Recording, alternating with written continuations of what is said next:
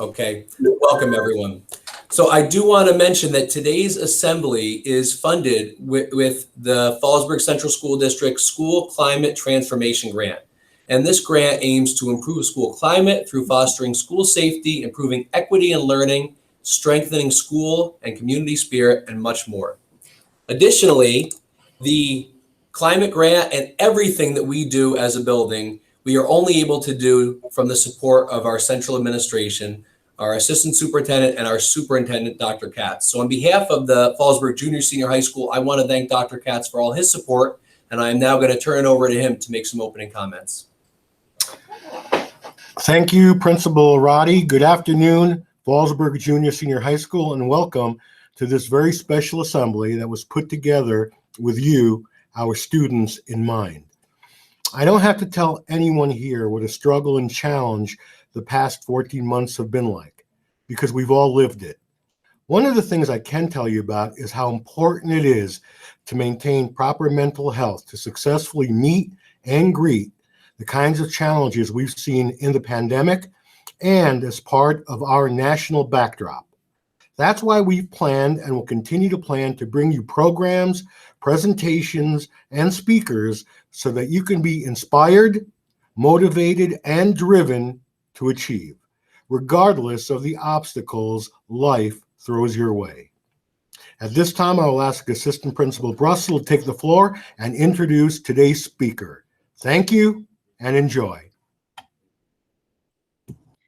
Thank you, Dr. Katz and Principal Roddy. I'd like to take this moment to just let everyone know how excited I am for the presentation that we're about to have. And part of that is in part to the very extensive and wonderful biography of Mahmoud Khedr, and I'd like to share that with you now. So, above all, Mahmoud is human first. He's a proud Egyptian immigrant, passionate about building equitable and scalable solutions, empowering underserved communities, addressing mental health and education.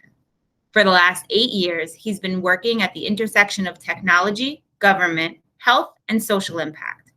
He is a serial entrepreneur who is currently the co-founder and CEO of FloraMind, an organization with the vision of empowering young people to flourish through their social, emotional, and mental health. Mahmoud previously worked at Facebook, Google, Echoing Green, and the New York City Mayor's Office of Tech and Innovation. Everything Mahmoud has been involved in throughout his career has been to end unnecessary suffering and empower people to flourish. As a global advocate and speaker on mental health, youth empowerment, and social entrepreneurship, Mahmoud has received fellowships, awards, and recognition from former President Bill Clinton, General Colin Powell, Forbes, and Stanford School. He is a Forbes Under 30 Scholar, Clinton Foundation Fellow, and Stanford University Innovation Fellow. In 2019, he delivered his TED Talk, How Toxic Positivity Leads to More Suffering. He graduated from the City College of New York, CUNY, with a BS in social entrepreneurship. At this time, it is my pleasure to welcome Mahmoud Khedr to our Fallsburg community. Welcome. Fantastic. Thank you so much for the warm introduction. I'm very grateful and excited to spend some time with you all today. Anytime an introduction of mine, a biography is getting read out loud, I just take a moment to reflect, like feeling gratitude, but also feeling like, the start of it, being human first, is so important for me to start with. And if I would edit it, I would just put that, because above all of our accolades and the things that we do with our lives, remembering our humanity is going to be so critical that I'll share more about it later. But I'm so grateful to be here with you all today. So I'm going to share my screen, and let's see if it works real quick to get you on the presentation. So here we go. Window. Give me one moment.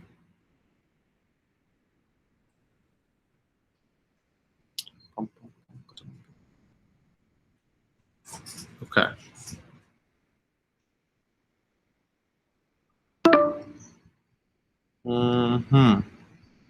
Having one issue for some reason. It says I don't have the permission. Can someone help me out real quick? I don't know if I can change the owner in the middle of a meet. Do you want to send it to me and I can click through for you? Yes.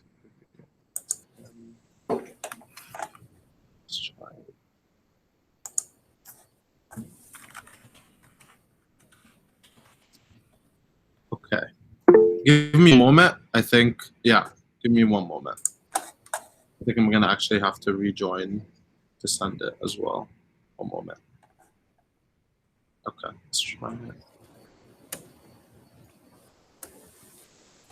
So while he's logging out and logging back in, we just want to take a moment and mention that this Monday night, we did host an event with Access Supports for Living that shared some information with parents and guardians about ways to access mental health services. There's also a video that was made by our school social workers that talked about the services that they can offer, and that's going to be on the website in the next day or so if students want to learn more about that. When we have events like this, today's speaker was brought in due to students advocating for him to come in. Notably, your SGA representatives. Some of them have heard him speak previously, so they came to the administration and they said, "This is someone that we want to have in, folks." And myself, Mrs. Russell, and the district, we spoke to Mrs. Follinsby, who oversees the grant, and we were able to make this happen. But it would not have happened if it wasn't due to students like those that recommended this. So it's such an important thing, and I think that we want to make sure that we're always able to get your feedback. Okay, I think we're good now. Sorry about that, everyone. I'm not sure what was happening with that. All Did you send me the content? I think it should. You're good. Screen? Okay, fantastic. All right, I'm going to stop talking. Awesome. Let me put it on presenter view. All right, can you all see my screen well? Can you see the main screen? Is that good? Perfect. Okay, fantastic. Sweet. All right, everyone. Okay, so sorry about that, but we're good. We're excited to start. And just to give you a very quick introduction on the organization I'm working with, it's called FloraMind, and it's a company I started a few years ago based on my personal passion for mental health and well-being and wanting to spread this mission and this work all over the world. So a quick content warning. For today, we're going to be talking about mental health. And so I'm going to be sharing some stories that include talking about depression, anxiety, suicidal thoughts and attempts. So just for you to know and to what to expect. The best thing to do in situations like this, if you feel triggered or you feel like it might be a lot, is to take a deep breath, is to be present if you can, but if you feel like it's too much, feel free to step away and always get the help that you need if you need it, as these topics are going to be important. The second thing I want you to remember as I'm presenting is we're all very different, and what works for me may not work for you, and what I'm recommending based off research that we've done as an organization and evidence-backed research, generally speaking, it is backed by science and evidence, but it also may not work with you. So keep an open mind to try new things that I'm recommending and sharing my story, but also remember it's not the only way. So I want to start us with a meditation that I will be leading. And for it, just give it a try if you've never meditated before, and I'd love everyone to join us. And this is just to get us present here now, and it's really focused on gratitude and presence. So I'm gonna play the music, and if there's issues with hearing the music, let me know. And I'll be guiding us through it. So what you can do right now is take a deep breath. Just a little bit. And the way I do my deep breaths is you breathe in through your nose for 5 seconds, hold it for 4 seconds, and let go for 6 seconds. You want to breathe a lot because breathing allows you to tap into areas of your body and your brain that you don't otherwise. You'll be surprised how much we don't actually breathe throughout the day the way that we're supposed to. So go ahead and take a deep breath and get into a comfortable position. Breathe in through your nose. Hold.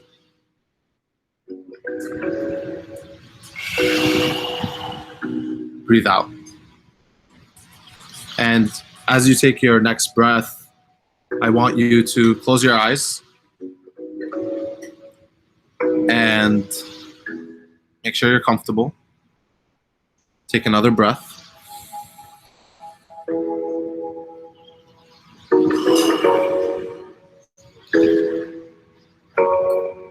And right now, I would like you to visualize what your most peaceful self would look like. Make sure your eyes are still closed.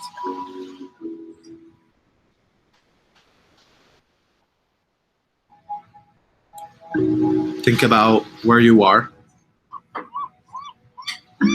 Are you inside or outside?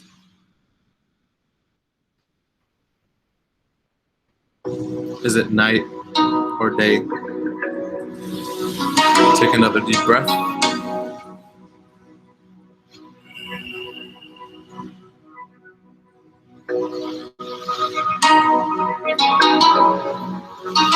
Do you notice any smells or sounds?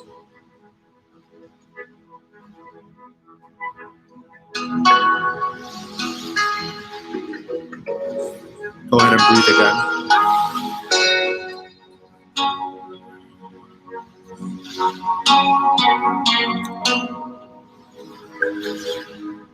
In this place that you're in, I want you to think about 3 things that you're grateful for today.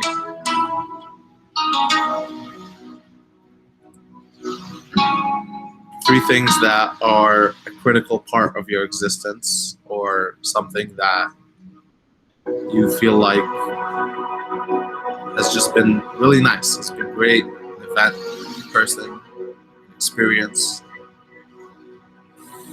Take another deep breath.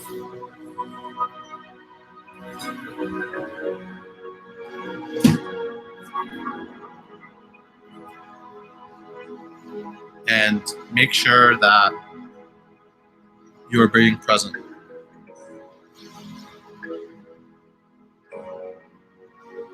If you find it hard to think about things you're grateful for,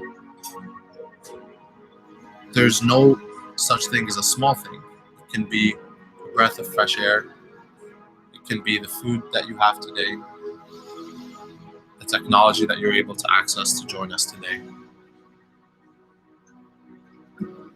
Allow that gratitude, that deep feeling of gratitude to come into your body. Take another deep breath.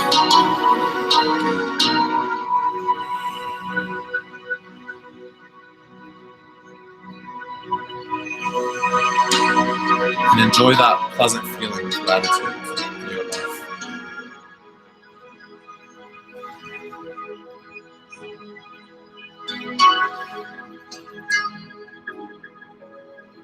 Now, I would like you to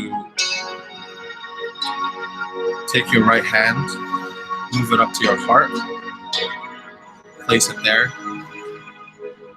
Take a deep breath, and you can say, "Thank you for the many blessings I have been bestowed with. May these blessings multiply as I continue to notice and give thanks for them." Take another last very deep breath. Hold.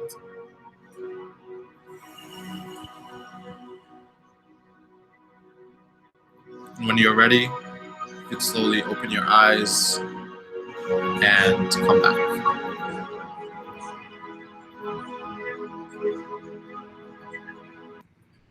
Fantastic. I hope that gave you some space to just be calm, clear your mind. If it didn't, there's a lot of other ways to do that. Of course, deep breathing alone without meditation is one of them. And I'll be going through some more a little bit later. So thank you all for taking the time to participate in that. And feedback is always welcome towards the end. So I appreciate that. Great.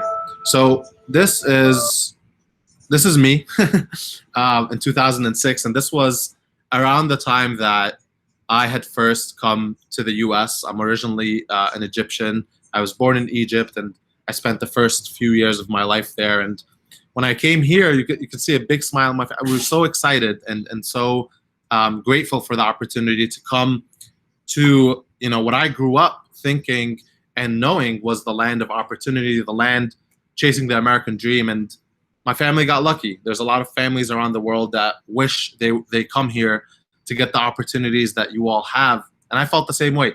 I was so excited to come here and experiencing that.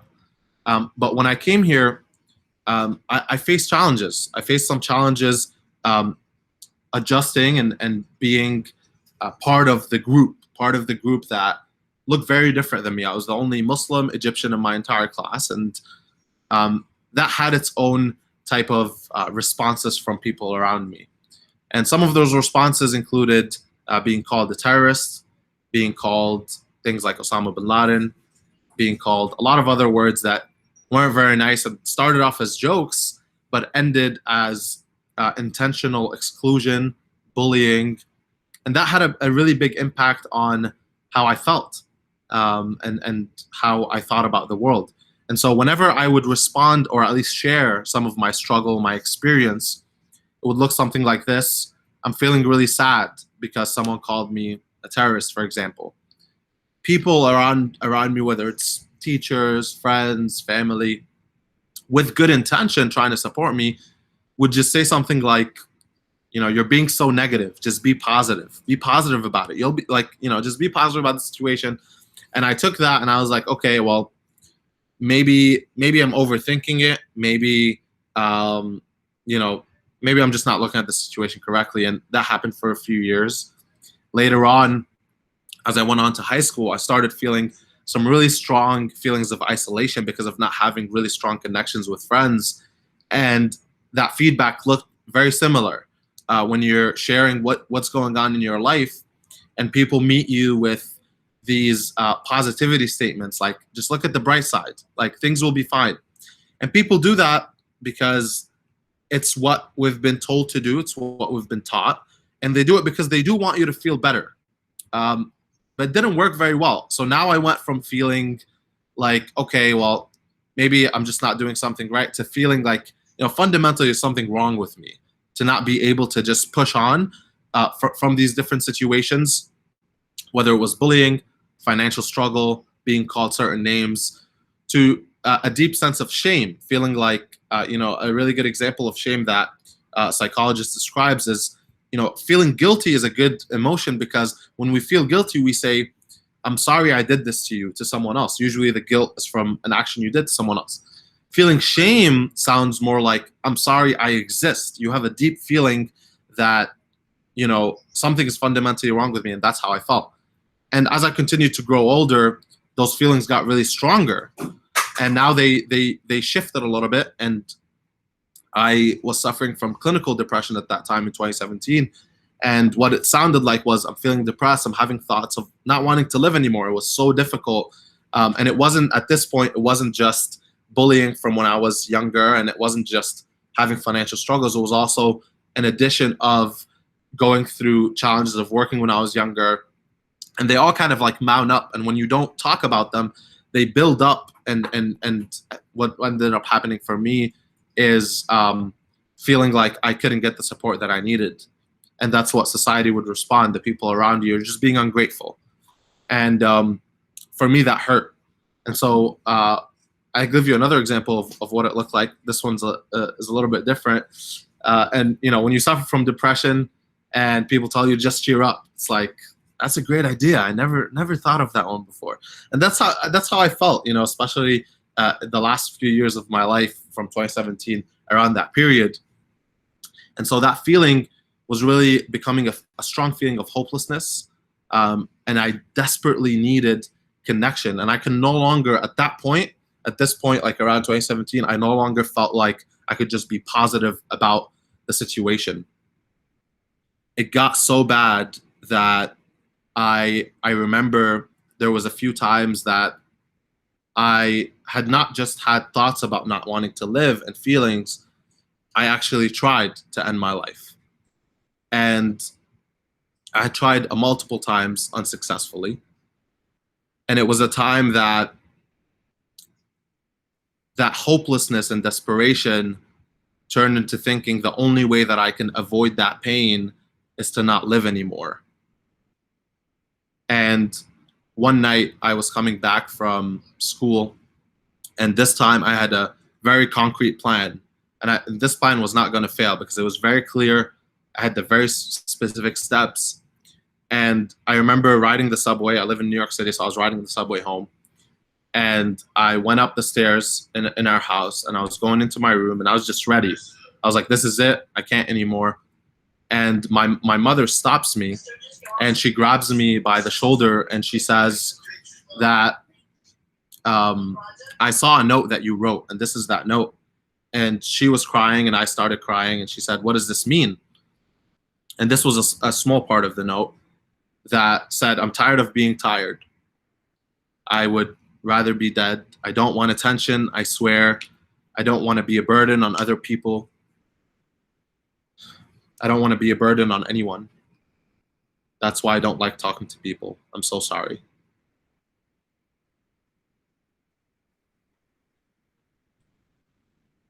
And you can imagine how awkward it was for me in that situation, for my mom to read my note before I was supposed to die. That completely ruined my plan.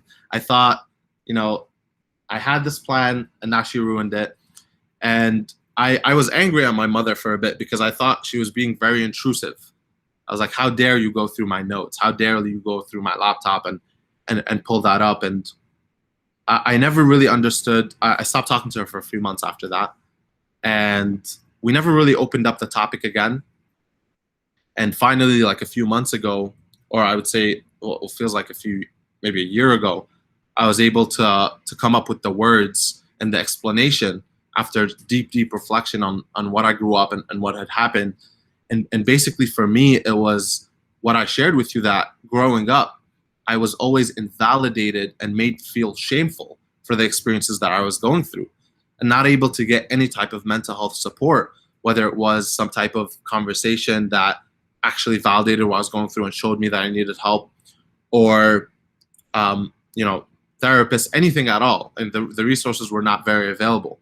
And so being you know, having that feeling just for feeling negative emotions for me was such a bummer. And so I'm sure you all have heard this one way or another, whether through the statements I shared before or some of these, right? So it sounds like it's all in your head. You're too young, you know, to go through this type of experience. You're making a big deal out of everything. Just be happy. Good vibes only in my life. I don't want any negative vibes. Stop thinking negatively. And these are all the different ways it shows up. And that's the way I understood it, is that no matter kind of like what happens in your life, you just got to be positive about it. And so I think there is good in positivity. Now I'm going to share a little bit more later, so I don't want you to get the wrong message, but I'm going to share what this actually is. So we're calling it toxic positivity. And toxic positivity is the push for a mental state in which we only experience and show positive emotions. It's a tendency to react to our own suffering and struggles and others with these reductive statements of positivity. So what that means is, you know, sharing these statements in hopes that it's going to make things better. But what we're really saying is, you know, you should not feel sadness. You should, you know, you've heard also, you should not cry. Don't cry. And so what ended up happening after that for me, after healing all of these, is I thought, you know, I learned that, one, I'm supposed to continue implementing it. So that's what I ended up doing. I ended up speaking at conferences all over the world and all over the country. And that's my message to people, is like, push through, be positive.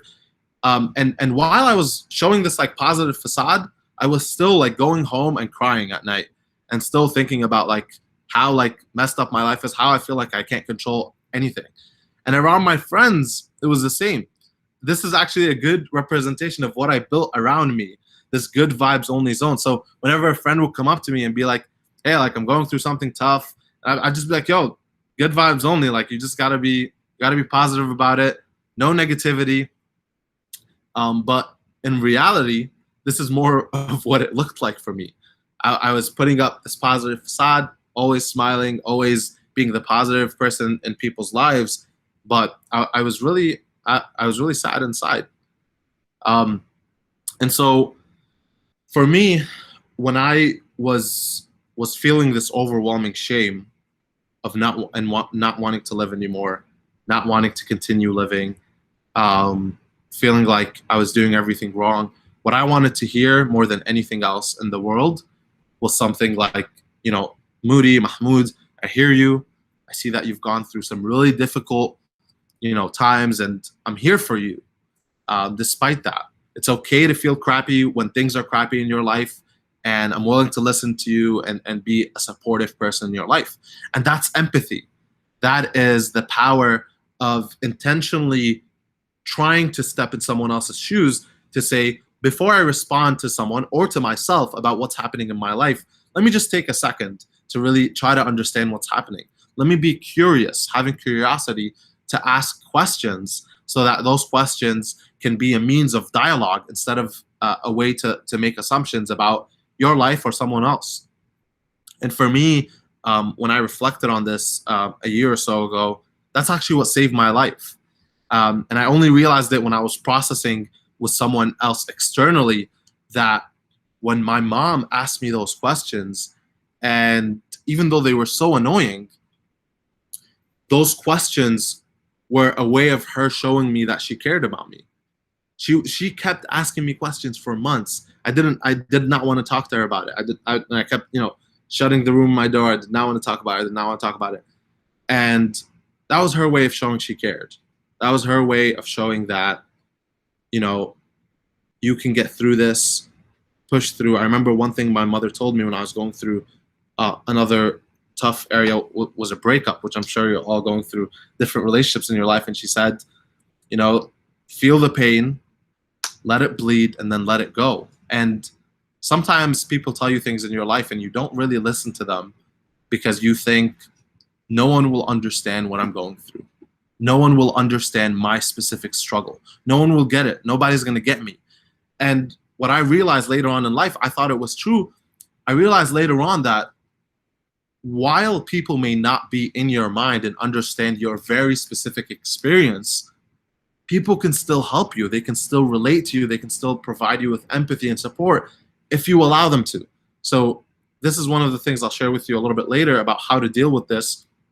But for now, I want to show you some statements that we can use, so to show you practically about how do we tackle this toxic positivity within our own minds and within our own bodies and selves and with other people.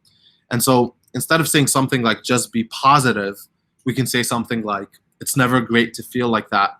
Is there something we can do today that you'd enjoy?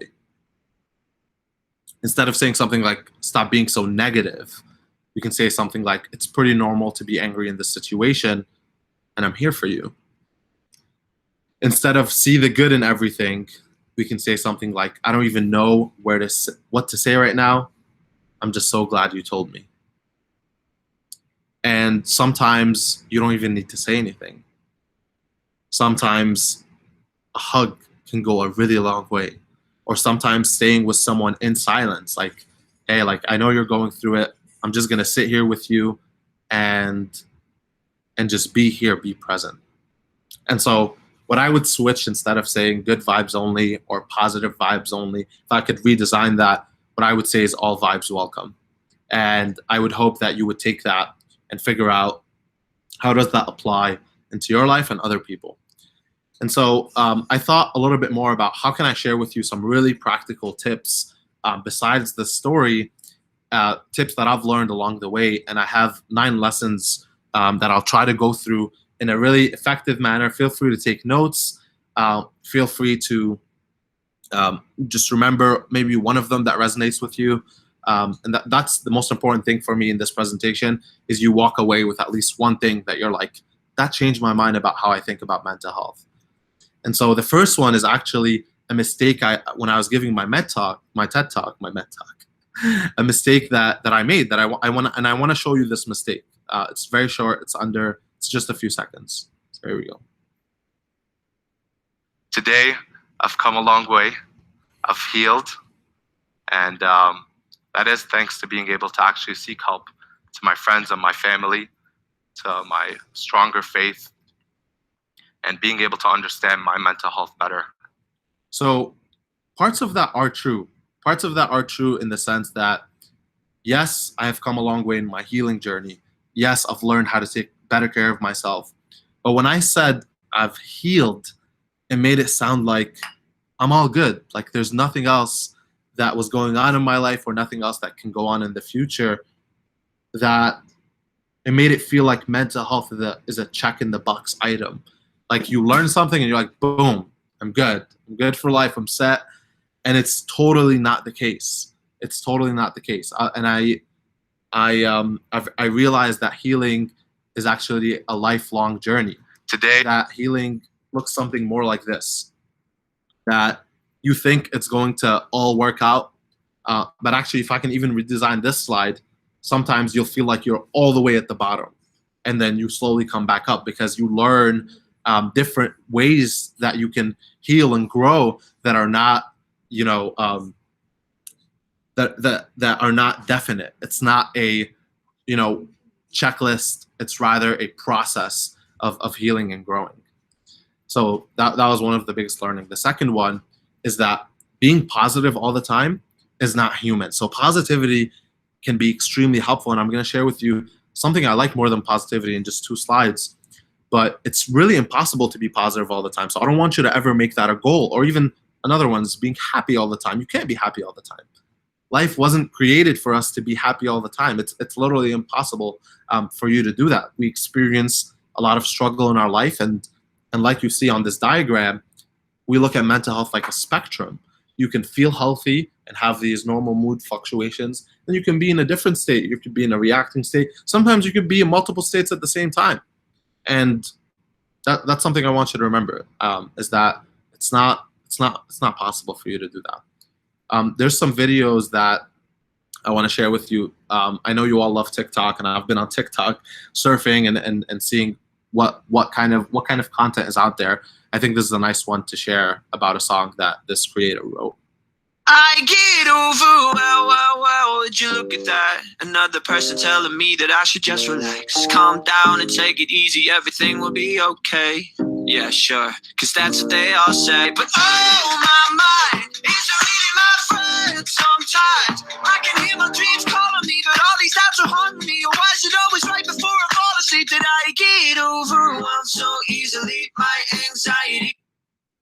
Awesome. So obviously what the person was talking about is directly relating to the responses that we all give each other and around the idea of being positive all the time, and dealing with a challenge like anxiety. The thing about this video that I want to point out, though, is that, and I love that it was so candid. However, whenever we're going through different emotions or even having a clinical disorder, the stories we tell ourselves is so important. So saying something like or let's talk about feelings and not talk about the clinical disorders, saying something like, I am really anxious, right? Versus, so I am really anxious or I am anxious makes you identify who you are with that emotion. If you say something like, I am feeling anxiety or I'm feeling anxiousness, is that a word? Anxiousness. You are disassociating yourself and you're saying, this is something I'm feeling, but it doesn't define me. So you can change your state and you don't have to let that define who you are. Okay, cool. Emotions are data, they're not directives. So when you look at emotions, this is just an example of an emotion wheel that has so many different, we feel so much throughout the day. And sometimes we oversimplify our emotions and we just say, I'm sad, anxious, depressed, or I feel happy. But if you're able to, 1, define your emotion better, and then 2, recognize that you actually don't have to act on an emotion or take it and focus on it. You actually have power about this. So if you look at it like data or information, you have a lot of different data points. Right now I'm feeling grateful, I'm feeling a little bit nervous. If I take that nervousness and I keep thinking about it constantly, I'm making it a choice to go from, okay, this was just one feeling that I'm noticing, and of course feeling nervous right now is natural because I'm giving a presentation to you all and I care a lot about you receiving something important. But if I focus on it too much, then I'm gonna let that eat me up, right? So know that you have control and power over what you choose to focus on throughout the day. The next one is, life doesn't get any easier, but you can get stronger. And so I know the last year has been incredibly difficult on all of you. This has been, I mean, you've heard it so much. When I was your age, we did not go through this, but we went through different struggles. And I went through different struggles that made it at that time feel like nothing is going to get better. It made it feel like I didn't want to live anymore. I had all those feelings. And so I know some of you may be feeling that way, especially going into college or going into different states in your life, going from middle school to high school, if anyone else is going to watch this, or going from high school to college, whatever phase of your life that this applies to every phase of life, you're going to notice that there's always going to be some challenge that pops up in your life. And unfortunately, there's always going to be some type of tragic event that may happen. I don't wish it on you, but I tell you what we know is true about human beings around the globe. The beautiful thing is that you can control yourself, and you can control building your skill set. You can control building your perspective and how you see the world. So these different lessons that I'm giving you, if you're able to implement one, it can really change your perspective on how things change. So that's this is number 4. There's a video about this that I thought I'd share real quick. It's by a boxer who maybe some of you are familiar with. His name is Mike Tyson. So I'm going to play it. It's a short, I think, 1-minute video. Life is beautiful, but you have to accept the good and the bad as being beautiful. You can't accept the good. Oh, this is beautiful. Then we lose some of our life sucks. Life is beautiful because life gives us the ability to just know them on our journey in life. We met them. We loved them. We cared about them. They cared about us. That's the purpose of life. Just to enjoy what we had while we journeyed through it. Yeah, my pleasure, brother. I needed it. We all do. Because sometimes we don't understand, like, what is this thing? What is my purpose? Why am I here? Why do I have to go through this pain? Why do I have to go through this fear all the time? Why can't it just be peaceful all the time? Then it wouldn't be life. You know, it wouldn't be life. We have to take life at its terms. Life on life terms, not our life on our terms. You know, we have to live life on life terms. Not on our. Great. So what I love about this video is, you know, he also specifically talks about grief in this video, and I know many of us have lost people in our lives this last year, and grief is extremely difficult to deal with, and it's one of those emotions that is not just an emotion that just shows up. Sometimes it feels like it's an entire phase of your life. For some people, it feels like it never goes away.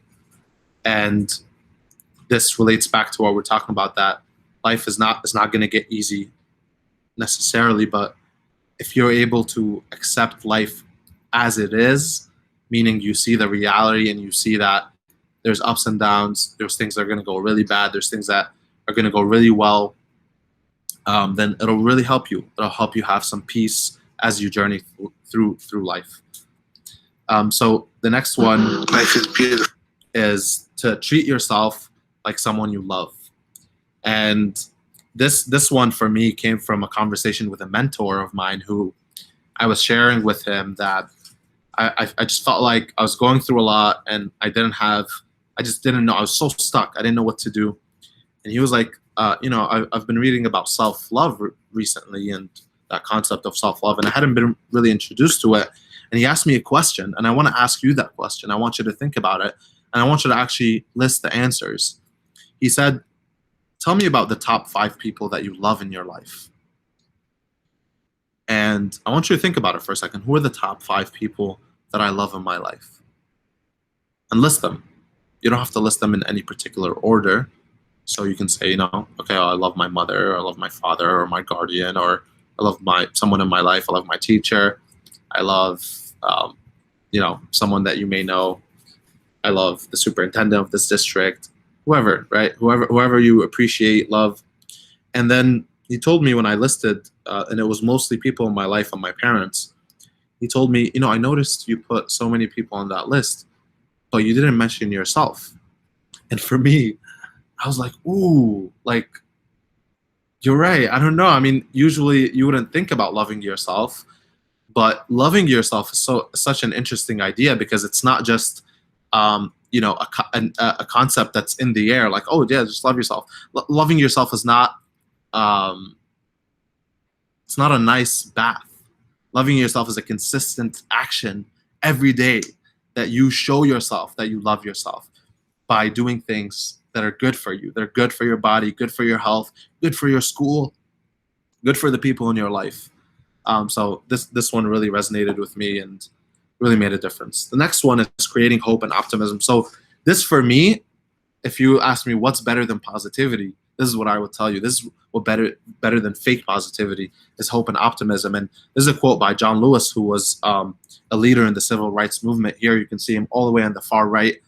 In the middle is Martin Luther King, Dr. Martin Luther King Jr. And he said, "Do not get lost in a sea of despair. Be hopeful. Be optimistic. Our struggle is not the struggle of a day, a week, a month. It's a struggle of a lifetime. Never, ever be afraid to make some noise and get in good, necessary trouble." And so the point about despair, right, and falling into despair, this is a really critical point. Having hope means knowing that things may not be going amazing right now. Things may not go amazing in the future. But I know and have that deep belief and trust that things are going to work out in the long run. And I have a deep trust and belief and a conviction that right now I'm going to deal with what's happening in my life, and I'm going to create moments of joy for myself. I'm not going to delay happiness or delay the feelings of joy till I get something specific. I'm going to do it right now. So this was another thing that was really important, creating hope and optimism. The next one is focusing on what you can control. And this is a really important one that I also learned a little bit further down the journey. And a great example of this, of course, is the last year. What can we control and what we can't control? And what does next year look like? What can we control and what we can't control? And these are some good examples of things that we can control, right? So we can control, of course, how much news we read or watch, things that we do there, how we speak and treat each other and other people and ourselves, how you look after yourself, etc.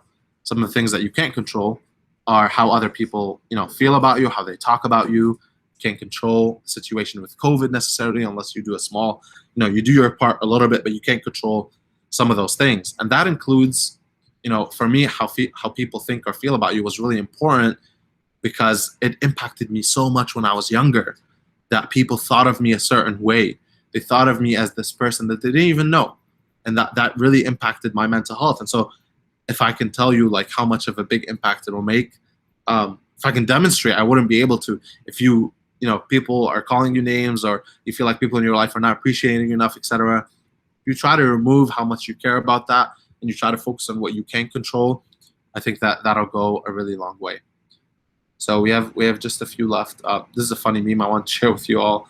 Sometimes as you try to figure out what you can and can't control, you feel like you have your life together, and then you're like, wow, that was a really nice 45 seconds. And sometimes you can't control that. You'll go from like having a really good moment, and then it's like something happened, school, you just heard that school is reopening. It's like, a week later, school's gonna close. And so that's something that you cannot control. Great. And then this story is really important. I'm going to share it with you really quickly. It's a short story about maybe so, maybe not. And give me one moment.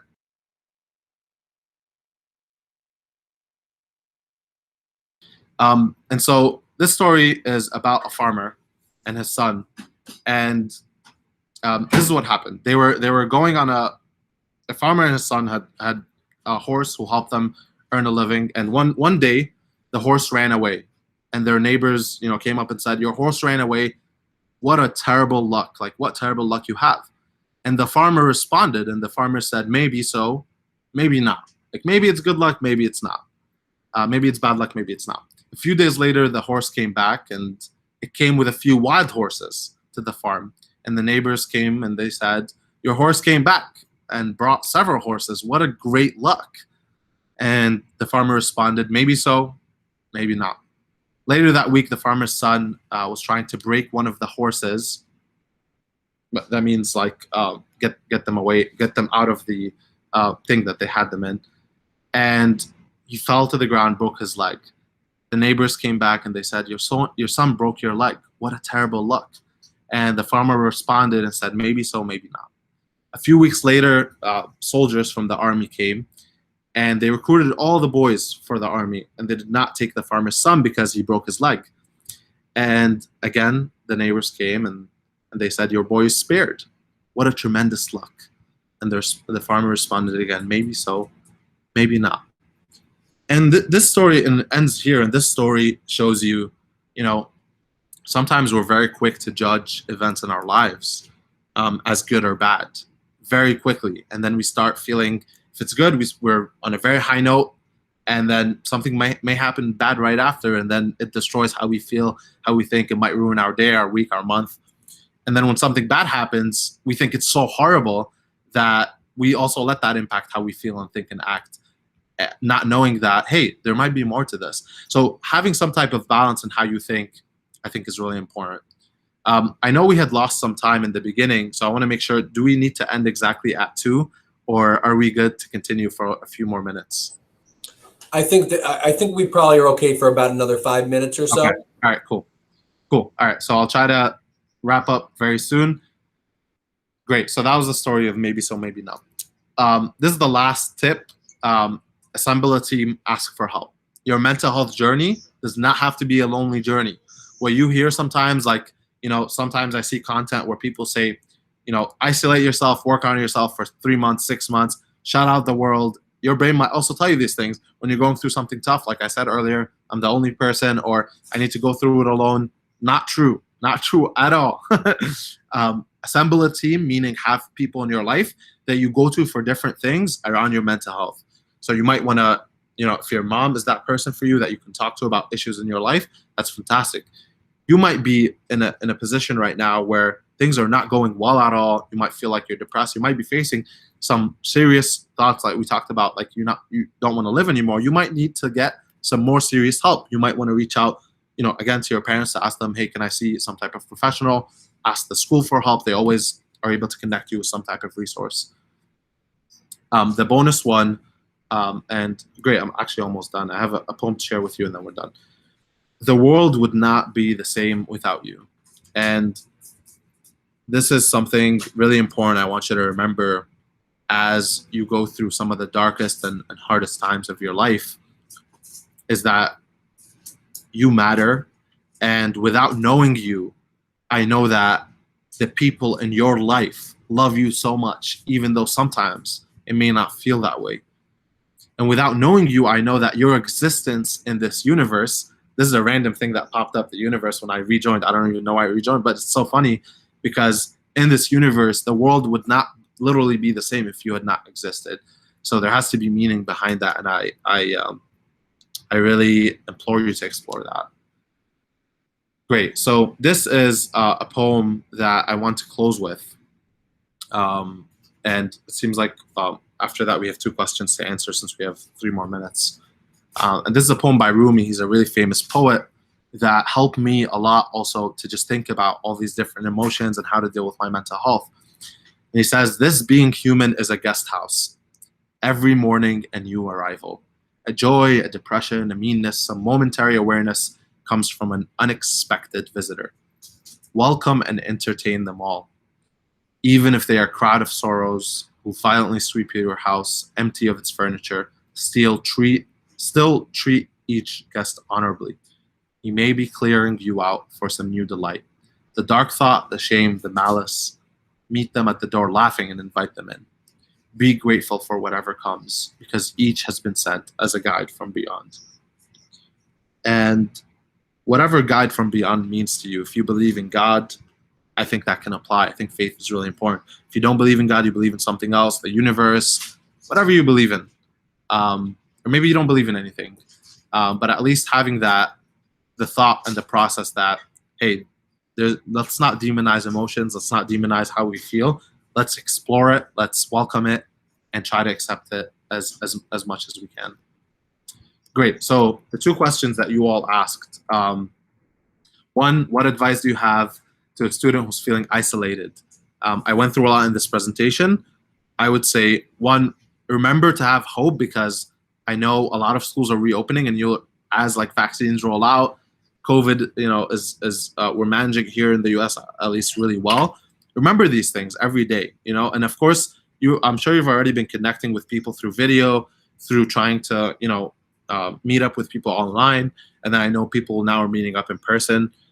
So be creative with how you connect with other people.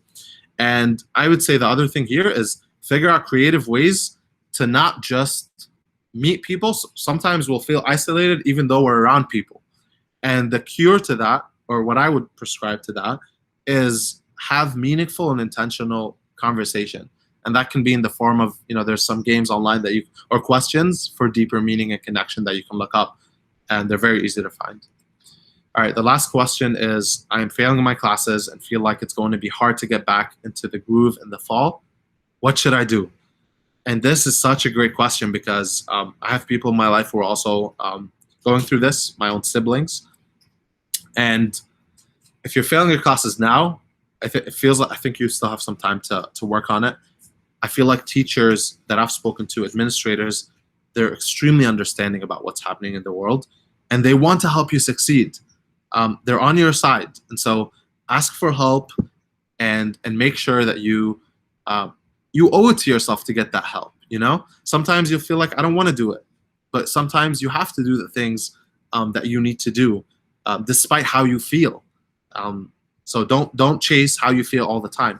In terms of the fall, make a plan.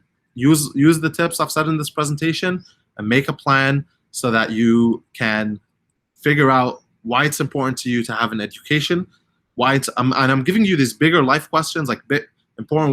Why you're doing this education? Why it's important to even get good grades in the first place? Where do you want to be in a few years? Right? These things, the drivers for our life, are important to us because when we're feeling demotivated and we feel like not doing something, if we remember the bigger picture, not the small details. Some small details are important sometimes, but sometimes you need to take a step back. Like, why is any of this important to me? And so I would recommend taking that bigger picture approach here. That is all. Thank you so much for having me. This is a kindness challenge that we put together for you all that I'd like you take a picture of it, do it later, and just do it as a way to show other people that you care about them. This is really important because this creates that cycle of kindness, love within our own families, within our own communities, whether it's to a teacher that you want to send to, whether it's to someone in your life. Doing this and doing it often is one of those ways that you can create more connection and support in your life. And then the resources here, I'm going to send them and send a list of resources, other resources that you can tap into for your mental health and well-being for the district. So let me stop here. Thank you all so much. It has been one of the greatest honors of my life to spend time with you. I don't take this lightly at all when I get to spend time talking about mental health with young people, with people all over the world and the country. So thank you so much for tuning in. And you can find my company FloraMind on Instagram.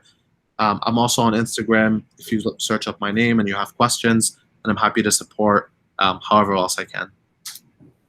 Thank you so much. I do want to make some closing comments, but first some housekeeping, just so there's no confusion. When this assembly virtually ends in about 2 minutes, we are going to move forward to period H. I'm going to ask any staff members who are releasing students at that time, if you could maybe just be in the halls if possible to help move everyone along. If you are a virtual or remote student, you are equally responsible to log in to period H in about 2 minutes when we break here. Just so everyone's clear about that. But to go back, I just want to say thank you so much. We've had over 300 students at home who have stayed logged in this entire time. Every classroom in this building is streaming this.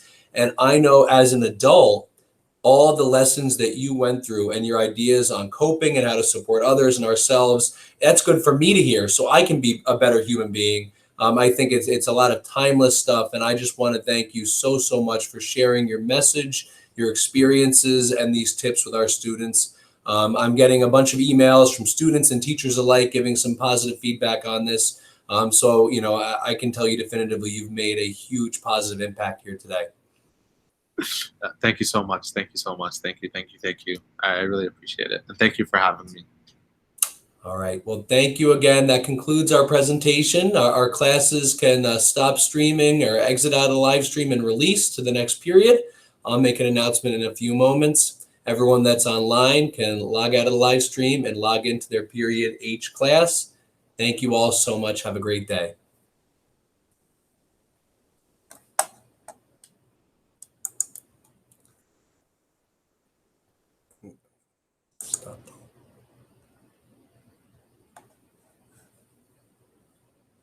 Okay, I'm going to stop the stream.